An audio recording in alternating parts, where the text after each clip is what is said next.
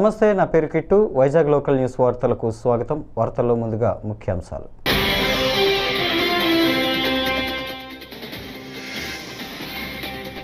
భారత అభివృద్ధిలో జపాన్ కీలక పాత్ర, ప్రధాని నరేంద్ర మోడీ.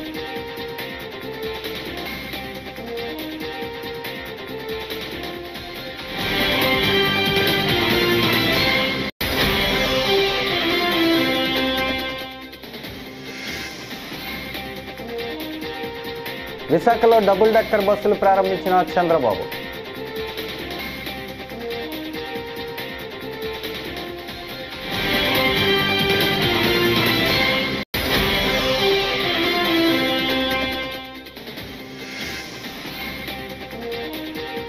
వివేక హత్య కేసులో ఇంకా న్యాయం జరగలేదు, షర్మిల ఆవేదన వ్యక్తం.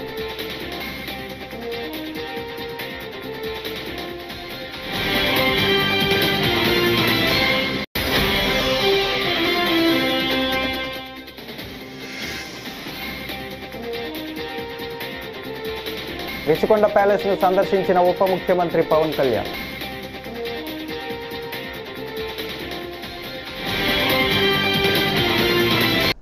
ఇక డీటెయిల్స్ చూస్తే, ప్రపంచమంతా భారత్ పైనే ఆశలు పెట్టుకుందని ప్రధాని నరేంద్ర మోడీ అన్నారు. భారత్ జపాన్ వార్షిక సదస్సు కోసం ఆ దేశంలో పర్యటిస్తున్న ప్రధాని టోక్యోలో ఇండియా జపాన్ ఎకనామిక్ ఫోరంలో పాల్గొన్నారు. జపాన్ వ్యాపార దిగ్గజాలు హాజరైన ఈ సదస్సుకు మోడీని జపనీయులు గాయత్రి మంత్రం పఠిస్తూ స్వాగతం పలికారు. ఈ సందర్భంగా ప్రసంగించిన ప్రధాని మోడీ భారత్ జపాన్ మధ్య లోతైన భాగస్వామ్యాన్ని ప్రస్తావించారు. భారత అభివృద్ధి ప్రయాణంలో జపాన్ కీలక పాత్ర పోషించిందని గుర్తు చేశారు. दोनों देशों के डेलीगेट्स, मीडिया के मित्रों, नमस्ते। कौन बनवा? सबसे पहले मैं प्रधानमंत्री इशिबा का उनके आत्मीयता भरे शब्दों और गर्मजोशी भरे स्वागत के लिए हार्दिक आभार व्यक्त करता हूं। आज हमारी चर्चा प्रोडक्टिव भी थी और पर्पजफुल भी थी। हम दोनों एकमत है कि विश्व की दो बड़ी अर्थव्यवस्थाओं और जीवंत लोकतंत्रों के रूप में हमारी साझेदारी केवल दोनों देशों के लिए ही नहीं, बल्कि वैश्विक शांति और स्थिरता के लिए भी अत्यंत महत्वपूर्ण है। Strong democracies are natural partners in shaping a better world. Friends, आज हमने अपनी special strategic and global partnership में एक नए और सुनहरे अध्याय की मजबूत नींव रखी है। हमने अगले दशक के लिए एक रोड मैप बनाया है। हमारे विजन के केंद्र में इन्वेस्टमेंट, इनोवेशन, ఎకనామిక్ సెక్యూరిటీ. విశాఖపట్నాన్ని రాజధాని చేస్తామని గత పాలకులు చెబితే అవసరం లేదని మీరు తీర్పిచ్చారంటూ ప్రజలను ఉద్దేశించి ఆంధ్రప్రదేశ్ ముఖ్యమంత్రి నారా చంద్రబాబు నాయుడు వ్యాఖ్యానించారు. రహదారులపై గుంతలు పెట్టిన పాలకులు వాటిల్లోనే కొట్టుకుపోయారని ఆయన వ్యంగ్యంగా అన్నారు. శుక్రవారం విశాఖపట్నంలో ఏపీ టూరిజం ఆధ్వర్యంలో డబుల్ డెక్కర్ బస్సులను సీఎం చంద్రబాబు నాయుడు ప్రారంభించారు. అనంతరం ఆయన డబుల్ డెక్కర్ బస్సులో ప్రయాణించారు. ఈ సందర్భంగా సీఎం చంద్రబాబు నాయుడు మాట్లాడుతూ భారత్కు టెక్నాలజీ హబ్గా విశాఖపట్నం ఎదుగుతోందని అన్నారు. ఎప్పుడు విశాఖపట్నానికి వచ్చినా నాకు కొంత న్యూ ఎనర్జీ వస్తూ ఉంటుంది. మీ ఉత్సాహమే. అలాంటి విశాఖపట్నానికి మేమందరం రుణపడి ఉన్నాం. విశాఖపట్నాన్ని భవిష్యత్తులో నెంబర్ 1 సిటీగా తయారు చేసే బాధ్యత ఎన్డీఏ ప్రభుత్వం తీసుకుంటామని మరొకసారి అందరికీ విజ్ఞప్తి చేస్తున్నా. ఈ రోజు మీరు చూస్తే ఒక నూతనమైనటువంటి కార్యక్రమానికి శ్రీకారం చుట్టాం. ఇది hop on and hop of bus. ఇప్పుడే మీరు చూశారు, డబుల్ డెక్కర్ ఎలక్ట్రికల్ బస్. ఇది ఇక్కడి నుంచి 16 కిలోమీటర్ల జర్నీ చేస్తుంది. అదే మరిగా మీరు చూస్తే 2 బస్సులు ఫేజ్ 1 లో ప్రారంభిస్తారు. ఆ తర్వాత మిగిలిన బస్సులు కూడా ఏర్పాటు చేస్తాం అవసరమైతే డిమాండ్ బట్టి. ఇది ఆర్కే బీచ్ నుంచి మీరు ఈ దారిలో పోతూ తోట్లకొండ, ఇంకొక పక్కన అనేకమైనటువంటి ప్లేస్ ఆర్కే బీచ్ గాని, TU 142 గాని, submarine, Sea Harrier, helicopter museum, VMRDA park, Kailasagiri ropeway, Tenneti park, view point, national zoo park, TTD temple, Rushikonda beach, అక్కడి నుంచి తోట్లకొండకు వచ్చి ఇస్తుంది. ఇదంతా కూడా 24 గంటలు 500 రూపాయలు అన్నారు కానీ మా విశాఖపట్నానికి 500 కాదు. అవసరమైతే ఆ సబ్సిడీ మేము కూడా ఇస్తాం. 250 రూపాయలకే పెట్టాం. అంటే 250 రూపాయలకి 24 గంటల్లో ఈ బీచ్ అంతా తిరిగే అవకాశం ఉంటుంది.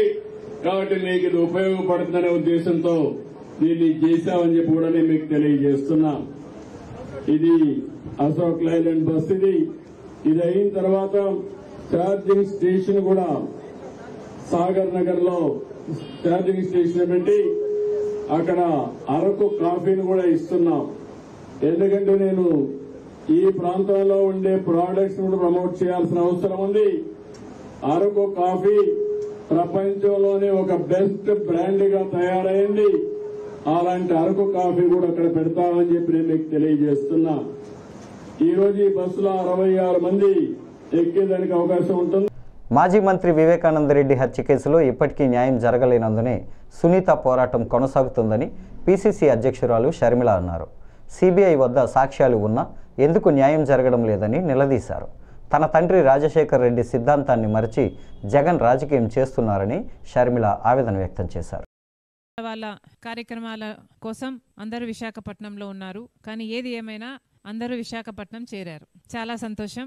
ఈరోజు విశాఖపట్నం స్టీల్ కు సంబంధించి ఆ కార్మికుల్లో అయితేనేమి, రాష్ట్ర ప్రజల్లో అయితేనేమి, ప్రతిపక్షాలలో అయితేనేమి విశాఖ స్టీలు భవిష్యత్తు గురించి చాలా భయాలున్నాయి. ఇటీవల కాలంలోనే 44 పనుల కోసం EOI expression of interest invite చేస్తూ ఒక ప్రకటన విడుదలయ్యింది. అంటే ఇది వరకు కార్మికులు చేస్తున్న పనులను ఇప్పుడు విశాఖపట్నం స్టీలు కాంట్రాక్ట్ బేసిస్ మీద ఇయ్యబోతుంది. అంటే 34,000 ఒకప్పుడు రాజశేఖర రెడ్డి గారు ముఖ్యమంత్రిగా ఉన్నప్పుడు 35,000 మంది కార్మికులతో విశాఖపట్నం స్టీలు ఫుల్ కెపాసిటీలో అంటే 3 మిలియన్ టన్నుల ఉన్న ప్లాంట్ ని కెపాసిటీని రాజశేఖర రెడ్డి గారు 7 మిలియన్ టన్నుల వరకు తీసుకువెళ్లారు. ఆ టైంలో ఫుల్ ఎంప్లాయ్మెంట్ లో నడిచిన ప్లాంటు 35,000 మందితో నడిచిన ప్లాంటు ఈ రోజు కేవలం 20,000 మందితో మాత్రమే లేక అంతకంటే తక్కువే మందితోనే నడుస్తుంది. ఇప్పుడు దీనివల్ల ఆ 20,000 మందికి కూడా ఉద్యోగాలు పర్మనెంట్ అనో లేకపోతే ఒక భరోసానో లేకుండా పోతుంది. అంటే ఉన్న పనులకు కూడా ఇది వరకు కార్మికులుగా చేసే పనులకు కూడా అవుట్సోర్సింగ్ ఇస్తే ఇక మొత్తం కార్మికులను అవుట్సోర్సింగ్ పద్ధతుల్లోనే ఎంప్లాయ్ చేసుకుంటే ఇక రెగ్యులర్ ఉద్యోగస్తులు కానీ ఉన్న కాంట్రాక్ట్ బేస్లో ఉన్న ఉద్యోగస్తులు కానీ ఏ మాత్రం భరోసా లేకుండా పోతుంది. ఇది ఎక్కడి న్యాయం అని అడుగుతున్నాం. మోడీ గారు ముఖ్యమంత్రి అయినప్పటి నుంచే వైజాగ్ స్టీల్ కు ఈ శాపం. కాంగ్రెస్ పార్టీ అధికారంలో ఉన్నంత వరకు 2014 వరకు బ్రహ్మాండంగా నడిచింది విశాఖపట్నం స్టీలు. అసలు కాంగ్రెస్ పార్టీ చిత్తశుద్ధితో ఇందిరాగాంధీ దగ్గర నుంచి ఉప ముఖ్యమంత్రి పవన్ కళ్యాణ్ రిషికొండ ప్యాలెస్ను సందర్శించారు. వైసీపీ హయాంలో రిషికొండపై నిర్మించిన భవన సముదాయంలోకి వెళ్లి గదులను పరిశీలించారు. ఆయన వెంట మంత్రులు నాదెండ్ల మనోహర్, కందుల దుర్గేష్, జనసేన ఎంపీలు, ఎమ్మెల్యేలు, అధికారులు ఉన్నారు. రిషికొండ ప్యాలెస్ వైభోగాలను వారు ఉప ముఖ్యమంత్రి పవన్కు వివరించారు.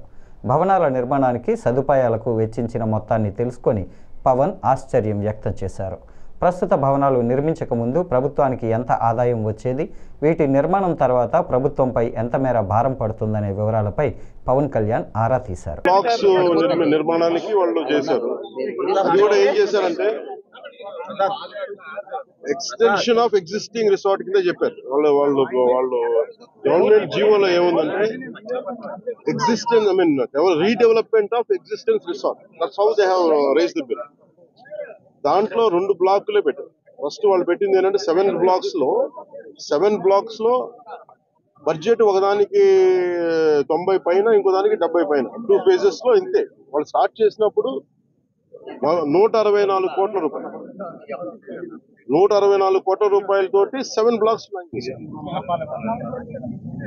కట్టేటప్పటికి అది ఆ 7 బ్లాక్స్ కే పూర్తి చేయాలి. 4 బ్లాకులకి, అంటే మనం చూస్తే 4 బ్లాక్ అంటే బిల్డింగ్ కాదు, residential block is 1, CMO office is 1, ఇవన్నీ కూర్చొని అలాగా వాళ్ళు 7 బ్లాకులు ప్లాన్ చేసుకుంటే 4 బ్లాకులే కట్టారు.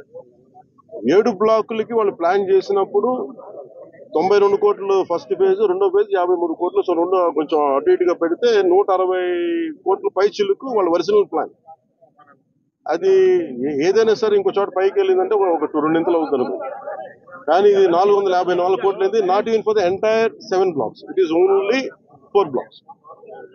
4 బ్లాకులకే 454 కోట్లు అయింది. ఒరిజినల్ ప్లాన్ 92 కోట్లు ఫస్ట్ ఫేజ్, సెకండ్ ఫేజ్. దీనికి లోపలికి వెళ్ళి చూసి, నేను వచ్చినప్పటి నుంచి కూడా మమ్మల్ని గత కాలం రానివ్వలేదు. ఇప్పుడు ఏమైపోయింది, ఒక డ్యామేజ్ జరిగిపోయింది.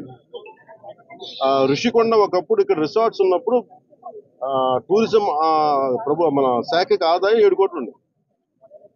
సో 7 కోట్ల ఆదాయం కోల్పోగా ఇప్పుడు అదనపు భారం 453 కోట్లు పడి, ఇప్పుడు కరెంటు బిల్లు ఆదాయం మన సంవత్సరానికి కట్టాల్సిన ఇంకా ఉపయోగించకుండా, జస్ట్ అది లైట్ లేసి అప్పుడప్పుడు ఏసీ ఆన్ చేయడానికి ఉట్టినే, జస్ట్ ఆన్ చేసి ఆఫ్ చేయడానికి పనిచేస్తున్నది సక్రమంగా అనుకోవడానికి అది సంవత్సరానికి 1 కోటి రూపాయల పైన, 15 లక్షలు అవుతుంది. దాన్ని బట్టి అర్థం చేసుకోండి. ఈ మెయింటెనెన్స్ వీటికి 1.5 కోటి అవుతుంది, జస్ట్ మేయర్ మెయింటెనెన్స్. ఇదివరకు 7 కోట్ల ఆదాయం. ఇప్పుడు మేము అన్ని చూసిన తర్వాత లోపల వెళ్ళి పర్యవేక్షిస్తే ఇప్పుడు దాకా వాళ్ళు డ్యామేజ్ చేశారు. ఈ టాయిలెట్స్ ఎన్ని కోట్లు, టబ్బు, ఇవన్నీ ఇంకా అయిపోయినాయి, ప్రజల్లోకి వెళ్ళిపోయినాయి. ఇప్పుడు మా కుటుంబ ప్రభుత్వం నుంచి మేము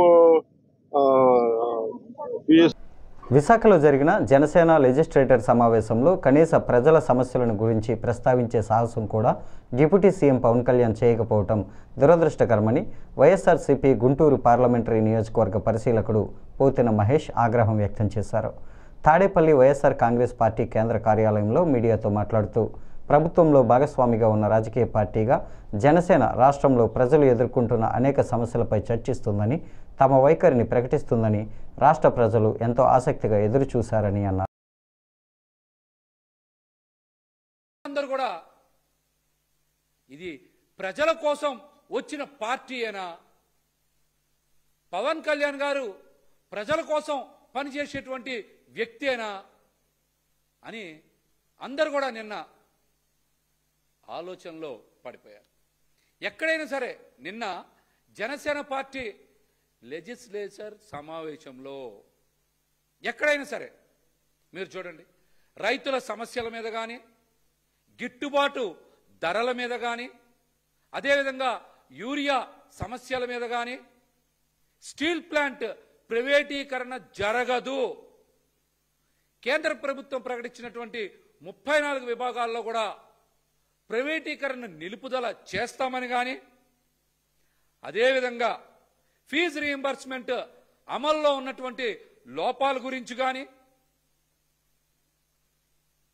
సూపర్ 6, సూపర్ 7 హామీల గురించి కానీ, మహిళలు చిన్నారులపై జరుగుతున్నటువంటి దాడుల గురించి కానీ, గంజాయి డ్రగ్స్ లాంటి అంశాల గురించి కానీ, అదేవిధంగా పెంచిన కరెంటు ఛార్జీల షాకు గురించి కానీ, రాష్ట్రంలో ఎక్కడ పడితే అక్కడ ఏర్పాటు చేసినటువంటి మద్యం బెల్ట్ షాపుల మీద కానీ, విచ్చలవిడిగా మట్టి మాఫియా, రేషన్ మాఫియా, ఇసుక మాఫియా, అదేవిధంగా అవినీతి మీద ఎక్కడన్నా చర్చ జరిగిందా? ఇట్లాంటి అంశాల మీద కానీ, అదేవిధంగా పవన్ కళ్యాణ్ గారు ఎన్నికల ముందు కూడా పదే పదే అనేక సభల్లో సమావేశాల్లో చెప్పారు, ప్రతి నియోజకవర్గంలో 500 మంది యువతకి 10 లక్షల రూపాయల ఆర్థిక సాయం చేస్తామని చెప్పి. ఇట్లాంటి అంశాల్లో ఒక్క అంశం మీదైనా సరే జనసేన పార్టీ. వినాయక చవితి నిమజ్జన కార్యక్రమం సోమందేపల్లి మండల వ్యాప్తంగా శనివారం జరగనుందని ఎస్ఐ రమేష్ బాబు అన్నారు. శుక్రవారం ఆయన మాట్లాడుతూ మండల కేంద్రంలో వినాయక విగ్రహాలను త్వరగా నిమజ్జనం చేయాలని, శోభాయాత్రను వేగంగా పూర్తి చేయాలని సూచించారు.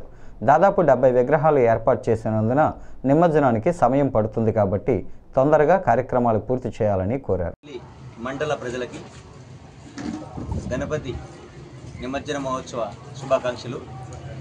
ముఖ్యంగా మండలమంతా రేపు గణపతి నిమజ్జనాలు జరుగుతున్నాయి. ప్రజలందరికీ తెలియజేయడం ఏమనగా సోమందేపల్లి మండల హెడ్ క్వార్టర్లో ముఖ్యంగా సుమారు 60 విగ్రహాలు రేపు నిమజ్జనం కాబోతున్నాయి. ఈ 60 విగ్రహాలు కూడా వీలైనంత తొందరగా స్టార్ట్ చేసి తొందరగా కంప్లీట్ చేస్తే ఇబ్బందికరంగా లేకుండా ప్రశాంతంగా నడుస్తుందని తెలుపుకుంటున్నాను. ఎందుకంటే ముఖ్యంగా మనకు గమనించినామంటే ఈ సోమందేపల్లి టౌన్కి సబ్స్టేషన్ నుంచి కరెంటు సప్లై అనేది నిమజ్జనం స్టార్ట్ అవుతూనే స్టాప్ కావడం జరుగుతుంది. అది మన నిమజ్జన విగ్రహాలన్నీ పూర్తిగా నల్లగొండ రాయనపల్లి క్రాస్ దాటిన తర్వాత మాత్రమే కరెంటు రీప్లేస్ చేయడం జరుగుతుంది. కాబట్టి ఇళ్ళల్లో చిన్నపిల్లలు, మహిళలు, వృద్ధులంతా కూడా ఇబ్బంది పడే పరిస్థితి ఉన్నది. అందువల్ల అందరూ కూడా సహకరించి మీరు ఏదైతే మహోత్సవం బాగా జరుపుకోవాలనుకుంటున్నారో దాన్ని 1 గంట ముందు స్టార్ట్ చేసుకొని 1 గంట అర్లీగా ముగించేస్తే సాయంత్రం 7 గంటలకు ప్రతి ఒక్కరూ ముగించిన ఎడల అందరూ కూడా ప్రజలు ప్రశాంతంగా వాళ్ళ యొక్క జీవనం కొనసాగించే అవకాశాలు ఉంటాయి. కాబట్టి అందరూ కూడా సహకరించి వీలైనంత త్వరగా నిమజ్జనం పూర్తి చేసి ప్రశాంతంగా పూర్తి చేయాలని కోరుకుంటున్నాను. ఇందులో నిమజ్జనానికి వెళ్ళేటప్పుడు పాటించాల్సిన కొన్ని నియమాలు అందరూ మర్చిపోదండి. చిన్నపిల్లల్ని, మహిళల్ని ఎట్టి పరిస్థితుల్లోన ట్రాక్టర్లో లేదా వెహికల్లో తీసుకెళ్ళొద్దండి. మీ గ్రామం లేదా వార్డు దాటిన తర్వాత అందరినీ కూడా జాగ్రత్తగా వాళ్ళ ఇంటి దగ్గర వదిలేసి వెళ్ళాలని కోరుకుంటున్నాను.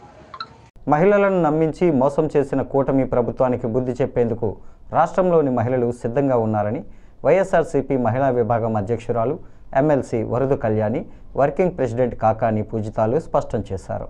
నెల్లూరులో కాకాని పూజిత ఆధ్వర్యంలో వైఎస్ఆర్సీపీ మహిళా విభాగం జోనల్ సమావేశం జరిగింది. సమావేశం అనంతరం వరదు కళ్యాణి, కాకాని పూజితాలు మీడియాతో మాట్లాడారు.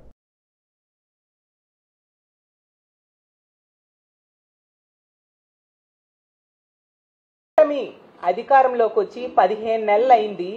ఒక ప్రజా కంటకమైన పాలన సాగిస్తూ ఉండే పరిస్థితి ఈ రాష్ట్ర ప్రజలందరూ కూడా చూస్తూ ఉన్నారు. ముఖ్యంగా మహిళా వ్యతిరేక పాలన చంద్రబాబు నాయుడు గారు ముఖ్యమంత్రిగా ఉన్న ఈ కూటమి ప్రభుత్వం చేస్తూ ఉంది. మహిళల మీద నిత్యం అఘాయిత్యాలు, నేరాలు జరుగుతూ ఉండే పరిస్థితి. అలాగే మహిళలకి ఎన్నో హామీలు ఇచ్చి అధికారంలోకి వచ్చిన వీళ్ళు ఏ ఒక్కటి సరిగ్గా అమలు చేయని పరిస్థితి రాష్ట్రంలో నెలకొని ఉంది. మహిళల మీద ఇన్ని అఘాయిత్యాలు, ఇన్ని దారుణాలు జరుగుతున్నా కూడా మళ్ళీ ఈ కూటమి ప్రభుత్వం ఆ అఘాయిత్యాలకు కారణమైన మద్యాన్ని ఎంతగా ఏరులై పారేట్టుగా చేస్తూ ఉందో ఈ రాష్ట్ర ప్రజలందరూ, ముఖ్యంగా మహిళలు గమనిస్తూ ఉన్నారు. దాని మీద తీవ్రంగా వ్యతిరేకత మహిళల్లో అప్పుడే ప్రారంభమైన పరిస్థితి మనం చూసాం. ఎందుకంటే ఈరోజు కూటమికి ఓట్లేసిన వాళ్ళు చాలా బాధపడుతూ ఉన్నారు. ఎందుకు ఇలాంటి ప్రభుత్వానికి ఓట్లేసామా అని చెప్పేసి. ఎందుకంటే గతంలో జగన్మోహన్ రెడ్డి గారు తీసుకుంటే ఒక మహిళా పక్షపాత ముఖ్యమంత్రిగా పరిపాలించిన పరిస్థితి మనం చూసాం. అతను తన 5 ఏళ్ల పాలనలో తీసుకుంటే 3,30,000 కోట్ల రూపాయలు అప్పులు చేస్తే ఈ కూటమి అధికారంలోకి వచ్చిన 15 నెలల్లో 2 లక్షల కోట్లు అప్పులు చేయడం జరిగింది. మాట్లాడితే సంపద సృష్టిస్తానని చంద్రబాబు నాయుడు గారు చెప్తారు. చూసేసరికి అప్పులు సృష్టిస్తూ ఉండే పరిస్థితి మనం చూస్తూ ఉన్నాం. ఈరోజు మద్యం ఏరులై పారడమే కాకుండా బెల్ షాప్స్ 70-80 వేల బెల్ షాప్స్ ఈ రోజు ఆంధ్రప్రదేశ్ రాష్ట్రంలో కూటమి ప్రభుత్వం అధికారంలోకి వచ్చాక మనకు కనిపిస్తూ ఉన్నాయి. అలాగే మొన్ననే మనం చూసాం కేబినెట్ సమావేశంలో వీళ్ళు పెర్మిట్ రూమ్స్ కూడా 5 లక్షలు కడితే పెర్మిట్ రూమ్స్ ఇచ్చేట్టుగా వీళ్ళు అఫీషియల్ గా పర్మిషన్ ఇవ్వడం కూడా జరిగింది. దీంతో ఈ రోజు మద్యానికి బానిసై మహిళల మీద అఘాయిత్యాలు ఎంత దారుణంగా చేస్తూ ఉన్నారో మన అందరము చూస్తూ ఉన్నాం. గతంలో జగనన్న మహిళా సాధికారతకు పెద్దపీట వేయడమే కాకుండా మహిళల రక్షణ కోసం ఎన్నో చర్యలు తీసుకొని ఉండిన పరిస్థితి. ముఖ్యంగా దిశ వ్యవస్థను తీసుకొస్తే ఈ కూటమి అధికారంలోకి వచ్చిన వెంటనే దిశ వ్యవస్థ లేదు అని చెప్పడమే మొదటి ప్రాధాన్యత అంశంగా మాట్లాడిన విషయం మన అందరం చూసాం. చంద్రబాబు నాయుడు గారు ఒక మహిళా హోంమంత్రి, మంత్రులు అందరూ కూడా దిశ వ్యవస్థ లేదు, దిశ యాప్ లేదు అంటూ చెప్పడంతో ఇలా మహిళల మీద అఘాయిత్యాలు చేసే వాళ్ళకి భయం లేకుండా పోయిన పరిస్థితి మనం చూస్తూ ఉన్నాం. ఈ రోజు రాష్ట్రంలో రోజుకి 70-80 సంఘటనలు మహిళల మీద అఘాయిత్యాలు జరుగుతూ ఉన్నాయి. గంటకు 3-4 సంఘటనలు జరుగుతూ ఉండే దురదృష్టకరమైన పరిస్థితులు ఈ రోజు ఈ రాష్ట్రంలో ఉన్నాయి. రాష్ట్రంలో తీసుకుంటే మహిళలు ఇంట్లో ఉన్న రక్షణ లేదు, బయటికి వెళ్ళినా రక్షణ లేదు, స్కూల్కి వెళ్ళినా రక్షణ లేదు, అలాగే పని ప్రదేశాల్లో కూడా మహిళలకి రక్షణ లేని పరిస్థితి. ఈ రోజు ఈ కూటమి ప్రభుత్వం అధికారంలోకి వచ్చాక తొలి ఏడాది తీసుకుంటే మద్యం అమ్మకాలు 9% పెరగడం జరిగింది. అంటే ఎంత దారుణంగా మద్యం సిండికేట్స్ తో వీళ్ళు అండర్స్టాండింగ్ అయ్యి ఈ ప్రభుత్వం మద్యం అమ్మకాలను ఎంతగా 9% పెంచడమే కాకుండా ఈ ఏడాది 2వ ఏడాదిలో తీసుకుంటే లెక్కర అమ్మకాలేమో 24% పెరిగాయి, అలాగే బీర్ల అమ్మకాలు 129% పెరిగాయి.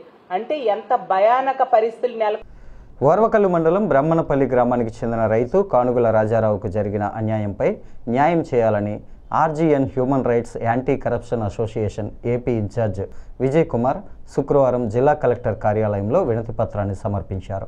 తప్పుడు సర్వే రిపోర్టుల ఆధారంగా రైతుకు అన్యాయం జరిగిందని సంబంధిత అధికారులపై చర్యలు తీసుకొని భూమిపై అన్యాయం జరగకుండా చూడాలని ఆయన కోరారు.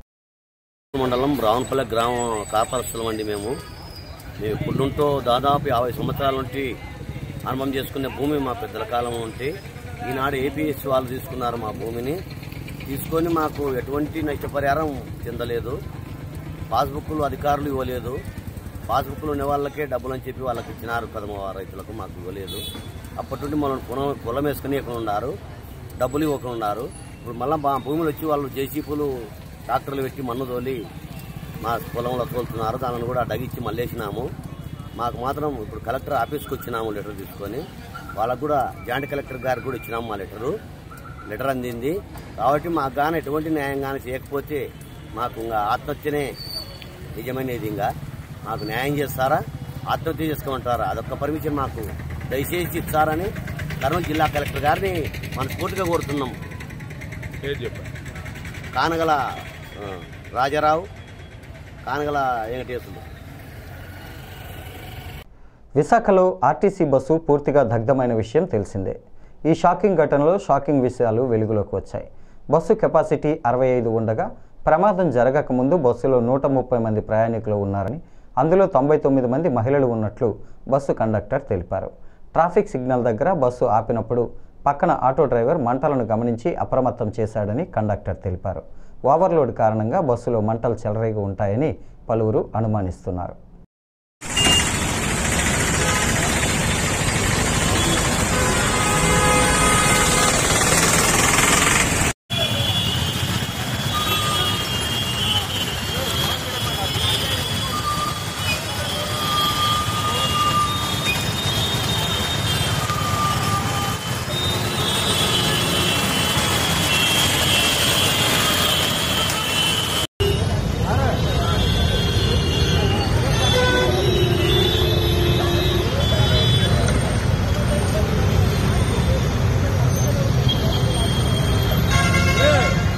బస్ నెంబర్ ఎంత?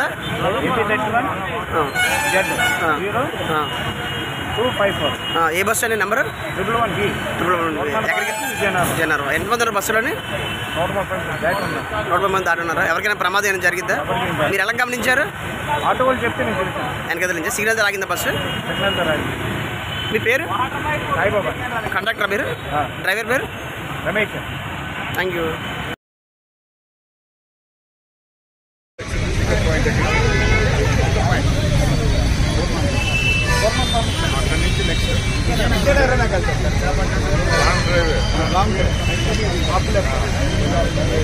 స్త్రీశక్తి పథకం ఆర్టీసీకి ఏమాత్రం భారం కాదని మంత్రి మండిపల్లి రాంప్రసాద్ రెడ్డి స్పష్టం చేశారు. పథకం వల్ల భవిష్యత్తులో ఆర్టీసీ మనుగడ బాగుంటుందని విశ్వాసాన్ని వ్యక్తం చేశారు. విశాఖలో శుక్రవారం సింహాచలంలో ఆర్టీసీ కాంప్లెక్స్లో ఆయన ఆర్ఓ వాటర్ ప్లాంట్ను, సీసీ కెమెరాలను ప్రారంభించారు. అనంతరం ప్రతిభావంతులైన ఆర్టీసీ డ్రైవర్లు, కండక్టర్లకు సర్టిఫికెట్లను అందజేశారు. ఈ సందర్భంగా మంత్రి వైజాగ్ లోకల్ న్యూస్ ప్రతినిధితో మాట్లాడుతూ స్త్రీశక్తి పథకం మెరుగ్గా అమలయ్యేందుకు త్వరలోనే కొత్త బస్సులు కొనుగోలు చేస్తున్నామని తెలిపారు. ఆటో డ్రైవర్ల కోసం 15 రోజుల్లోనే కొత్త విధానాన్ని ప్రకటిస్తామని ఆయన తెలియజేశారు.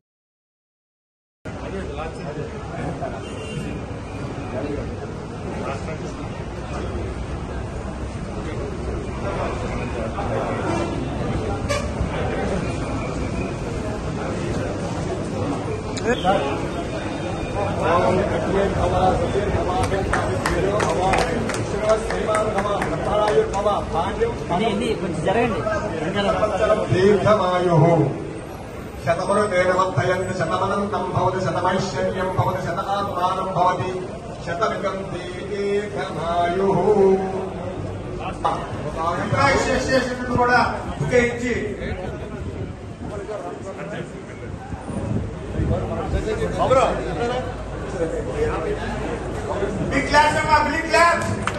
అలాగే ఈ కార్యక్రమాన్ని ముందుకు తీసుకొని పోతున్న ఏపీఎస్ఆర్టీసీ యాజమాన్యానికి కార్మికులకు దక్కుతుందని సగర్వంగా తెలియజేసుకుంటున్నా. ముఖ్యంగా ఎక్కడా లేని విధంగా 0.0% సమస్యలు లేవనెత్తకుండా ఈ రాష్ట్రంలో ఈ కార్యక్రమం ముందుకెళ్తా ఉంది. ఈ రోజుటికి సుమారు 2.40 లక్షల మంది ఎవరైతే ట్రాన్స్జెండర్స్ మహిళలు దీంట్లో ప్రయాణించడం జరిగింది. సుమారు 96 కోట్ల రూపాయలు డబ్బును గవర్నమెంట్ బాధ్యతగా తీసుకుని ఏపీఎస్ఆర్టీసీకి చెల్లించడం జరిగిందంటే ఇది ఒక ఘన విజయంగా చెప్తున్నాం.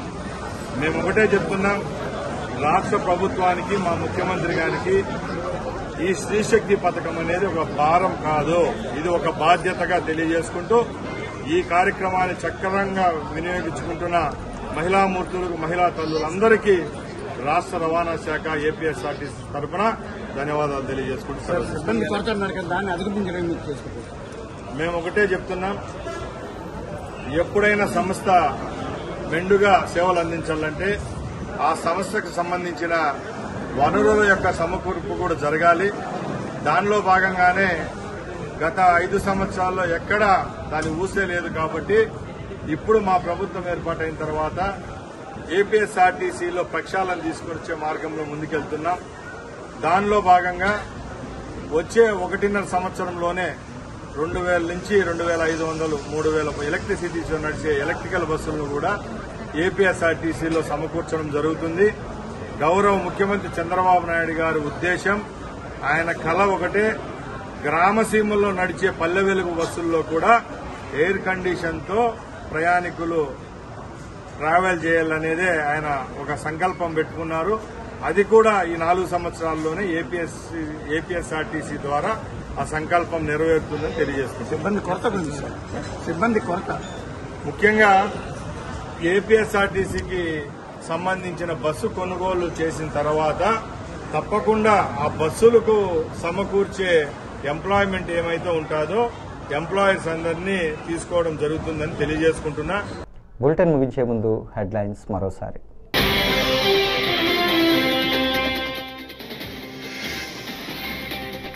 భారత్ అభివృద్ధిలో జపాన్ కీలక పాత్ర, ప్రధాని నరేంద్ర మోడీ.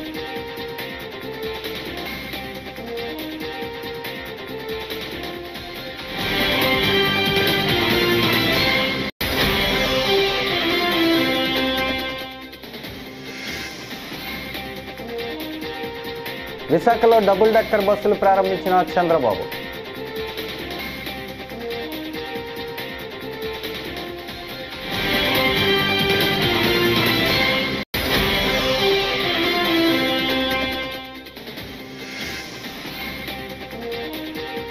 వివేక హత్య కేసులో ఇంకా న్యాయం జరగలేదు, షర్మిల ఆవేదన వ్యక్తం.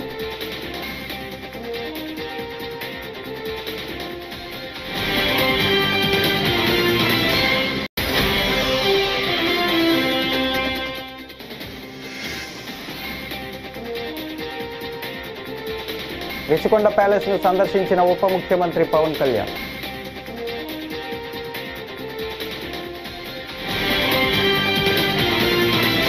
ఈ వార్తలు ఇంతటితో సమాప్తం. నమస్కారం.